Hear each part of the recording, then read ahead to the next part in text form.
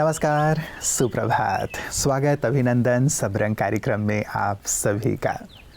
मित्रों, हम जानते हैं कि ये सृष्टि परिवर्तनशील है, परिवर्तन की मांग करता है समय हमसे।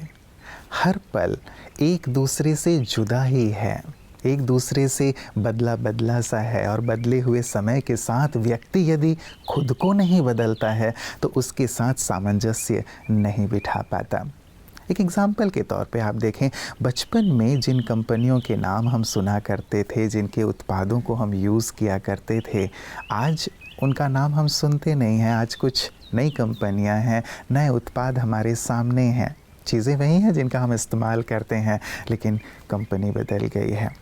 अभी कुछ समय पहले ही नोकिया के मोबाइल सबके हाथ में हुआ करते थे, लेकिन अब वो है नहीं। कोडक कंपनी जो कि रील्स बनाया करती थी, विश्वविख्यात थी, उसका नामो निशान नहीं है। समय के साथ, उसके बदलाव के साथ जो अपने जीवन में बदलाव लाता है, वही व्यक्ति प्रगति कर पाता है, उन्नति कर पाता है। फिर चाहे अपने स्वभाव संस्कार में परिवर्तन की बात हो, अपनी कार्यशैली में परिवर्तन की बात हो, अपने व्यवहार में परिवर्तन की बात हो, हमें देख लेना चाहिए कि कहाँ बदलाव की ज़रूरत है और तत्क्षण ये बदलाव अपने जीवन में ले आना चाहिए, ताकि हम प्रगति करते रहें, उन्नति करते रहें। तो आप आगे बढ़ते रहें, उन्नति करते रहें। इन शुभकामनाओं के साथ आइए चलते हैं आज के सुवाक्य की ओर।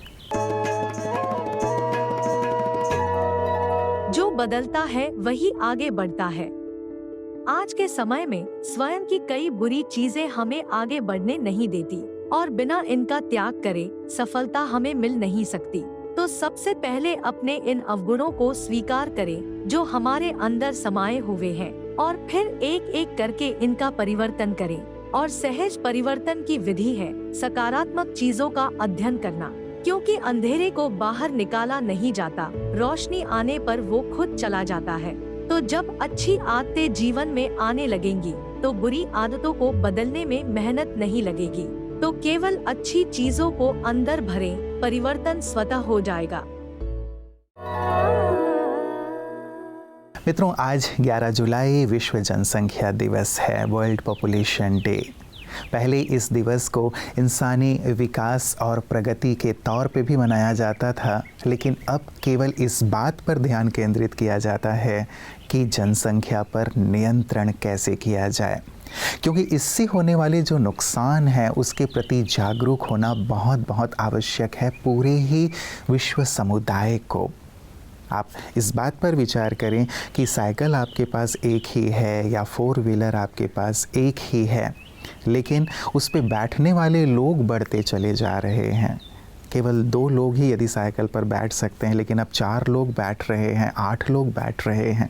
एक 4 व्हीलर है जिसमें 4 लोग या 5 लोग बैठ सकते थे, लेकिन अब 15-20 लोग हो गए हैं जो उस पर चढ़ रहे हैं। तो उस कार या साइकिल की हालत क्या होगी। हमारे पास संसाधन सीमित हैं, लेकिन लोग बढ़ते चले जा रहे हैं, जिसके कारण भुखमरी बढ़ रही है, गरीबी बढ़ रही है, साधन कम होते चले जा रहे हैं, असंतोष पैदा हो रहा है, बेरोजगारी बढ़ती जा रही है। ना जाने कितनी सारी समस्याएं केवल जनसंख्या विस्फोट से, जनसंख्या के बढ़ने से। इसीलिए हम सबका ये दायित्व बन जाता है सरकार के साथ साथ कि कैसे इस पर नियंत्रण किया जाए, उस पर हम विचार करें। और यही आज के दिवस का चिंतन भी है। और आपकी सेहत आपके हाथ में भी आज खास इसी विषय पर प्रकाश लेकर हम उपस्थित हुए हैं। ओम शांति दोस्तों, आज 11 जुलाई को सारे विश्व में वर्ल्ड पॉपुलेशन डे मनाया जा रहा है। 1800 तक लगभग सारे विश्व की पॉपुलेशन 1 ही बिलियन थी, और अगले 200 साल में लगभग पॉपुलेशन जो है वो 7 बिलियन हो गई। और अब 2023 में अगर आज हम देखते हैं तो आज हम 800 करोड़ को क्रॉस कर चुके हैं।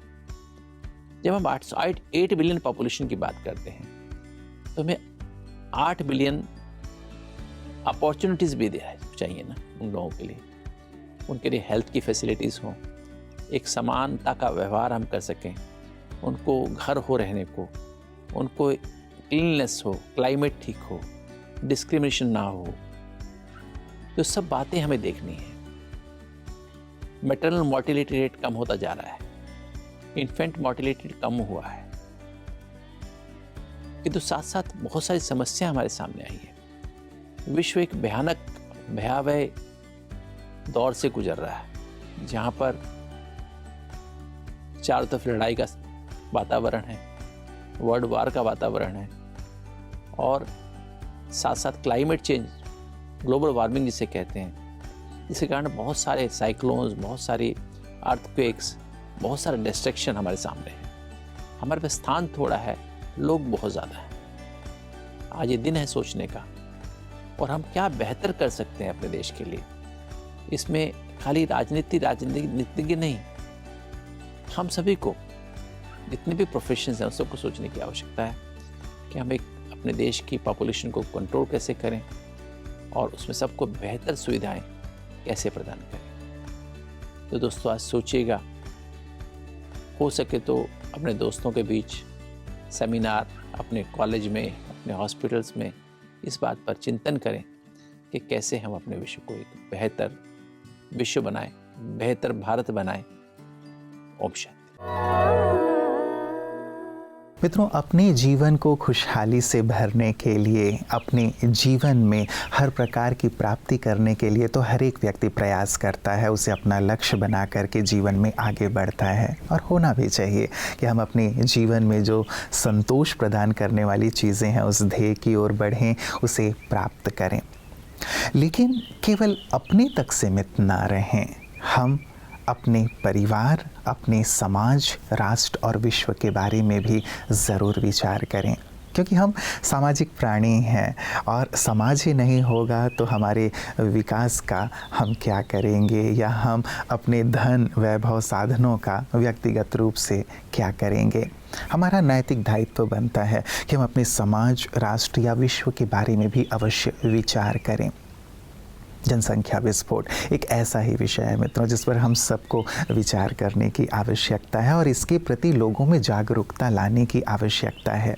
पहले तो स्वयं एक नैतिक दायित्व तो अपने ऊपर ही उठाना है कि कैसे मैं इसके लिए अपना योगदान कर सकता हूं, और पश्चात औरों को इसके लिए प्रेरित करना है, क्योंकि प्रेरित वही कर पाता है जो पहले स्वयं से शुरुआत करता है। और हमारे विशिष्ट जन भी ऐसा ही करते हैं कि अपने जीवन में हर चीज़ की शुरुआत स्वयं से करके फिर औरों को प्रेरित करते हैं। आइए देखें कि विशिष्ट की बातें विशेष में आज हमारे साथ खास कौन से मेहमान हैं हमें प्रेरित करने के लिए। गोपीचंद जी, आपका बहुत बहुत स्वागत है, अभिनंदन है। फिल्म जगत में आप रहते हैं लगातार, तो फिल्म जगत से निकल के जब आप अभी आध्यात्म जगत में आए हैं तो कैसा अनुभव कर रहे हैं? ये जगह आध्यात्मिक जगह तो मेरे को बचपन से, मैं भगवान तो मानता हूँ मैं जी, पर ऐसे जगह में कभी नहीं आया। मैं बहुत जगह जा चुका हूँ, मगर ये इसकी जगह में मेरा wife devotee of Brahma Kumari, तो पहले बार मेरे को बोले तो मैं सोचा एक बार वहाँ जाकर देखना है कैसा कर, मगर जब मैं यहाँ आया तो मेरे को ऐसा फील हुआ, बहुत पॉजिटिव वाइब्रेशन फील हुआ था, क्योंकि यहाँ लोग बहुत अच्छा है, क्योंकि प्योर है। देखो उन लोग मन में कोई और बैड नहीं सोचते हैं, प्योर अच्छा ही सोचते हैं जी जी।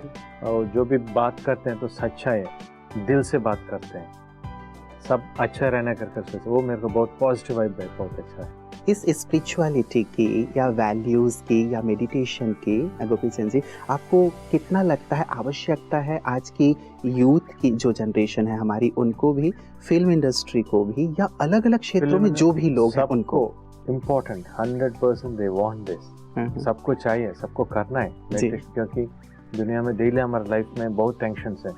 एटलीस्ट 10-10 मिनट मेडिटेशन कर या तो बहुत शांत रहता है, लाइफ बहुत शांत रहता है, बिकॉज व्हाट आई एक्सपीरियंस। जी जी जी। यहाँ आकर के जो आपको एक्सपीरियंस हुआ प्रजापिता ब्रह्मा कुमारीश्वरी विश्वविद्यालय में, उसको यदि मैं 3 शब्दों में जानना चाहूँ कि क्या अनुभव लेके जा रहे हैं टी गोपीचंद जी यहाँ से, तो अनुभव क्या होगा? बहुत अच्छा अनुभव, क्योंकि जब पहली बार जो मिलन को आया था जी, जब मेरे बाबा से मिले थे, जब उनका आंखों से देखकर मेरे को प्रसाद दिए थे, वो तब देते वक्त वो भी बोले थे, बातें भी बोले थे, आप जहाँ फिल्म इंडस्ट्री में हम अच्छा है तो टॉप है, इसमें भी आप टॉप रहना है। वाह वो बातें मेरे को बहुत अच्छी, डेफिनेटली ज़रूर मैं मेरे जितना हो सके मैं उतना ट्राई करूँगा, सबको बोलने के लिए भी और मैं भी उसमें रहने के लिए जी। मित्रों, विश्व जनसंख्या दिवस पर आज हम जनसंख्या नियंत्रण पर बात कर रहे हैं कि क्या क्या तरीके हो सकते हैं। सरकार, गैर सरकारी संस्थाएं इस पर बहुत कार्य कर रही हैं। बाहरी रूप से बहुत जागरूकता लाने का प्रयास, संगोष्ठियां, सम्मेलन, विचार विमर्श सभी किए जा रहे हैं जो ज़रूरी हैं और लोगों में जागरूकता लाते हैं। लेकिन जब तक व्यक्ति आंतरिक रूप से संयमी नहीं होगा, जब तक एक जो विकृति है देह को देख करके उसकी ओर आकर्षित होने का या विषय वासनाओं में ग्रस्त रहने का और संतान पे संतान पैदा किए जाते रहने की एक जो आंतरिक उसकी अतृप्ति है, वासना है, जब तक उस पर संयम नहीं आएगा तब तक व्यक्ति इस जनसंख्या विस्फोट पर नियंत्रण नहीं कर सकता। क्योंकि एक एक व्यक्ति को कैसे सरकार भी नियंत्रित करे, ये तो व्यक्तिगत एक जागृति की बात हो जाती है। और यही बात आती है अध्यात्म की। मित्रों, अध्यात्म अंदर से व्यक्ति को जागृत कर देता है, उसे संयमी बना देता है, उसके अंदर एक ऐसा प्रकाश ले आता है कि वो समझ जाता है कि जीवन केवल वासना का नाम नहीं है, लेकिन जीवन तो कुछ और ही है। और यही सुंदर संदेश, यही सुंदर ज्ञान ब्रह्मा कुमारी बहनें भी सभी को प्रदान कर रही हैं, जिससे जीवन में संयम आ सके और इस बड़ी समस्या का निदान हो सके। आइए देखते हैं पीस न्यूज़ हाइलाइट्स में उनकी सुंदर सेवाओं को। बिहार के मुजफ्फरपुर जिले में स्थित यजुआर ग्राम में ब्रह्मा कुमारीज ने मोबाइल वैन द्वारा 2 दिवसीय नशा मुक्त भारत अभियान का आयोजन किया। इस कार्यक्रम में विभिन्न विद्यालय, मंदिर, हाई स्कूल एवं चौक में जाकर मोबाइल वैन से इस अभियान की जागृति दी गई।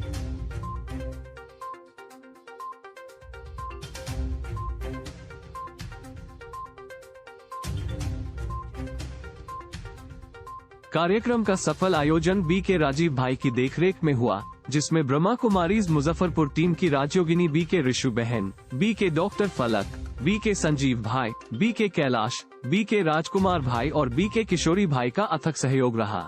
इस अभियान से अनेक लोगों ने तत्काल नशा छोड़ने की दृढ़ प्रतिज्ञा लेने के साथ सभी को नशा छोड़ने की सलाह भी दी। समाज को नशा मुक्त रखने के लिए समग्र प्रयास करूंगा।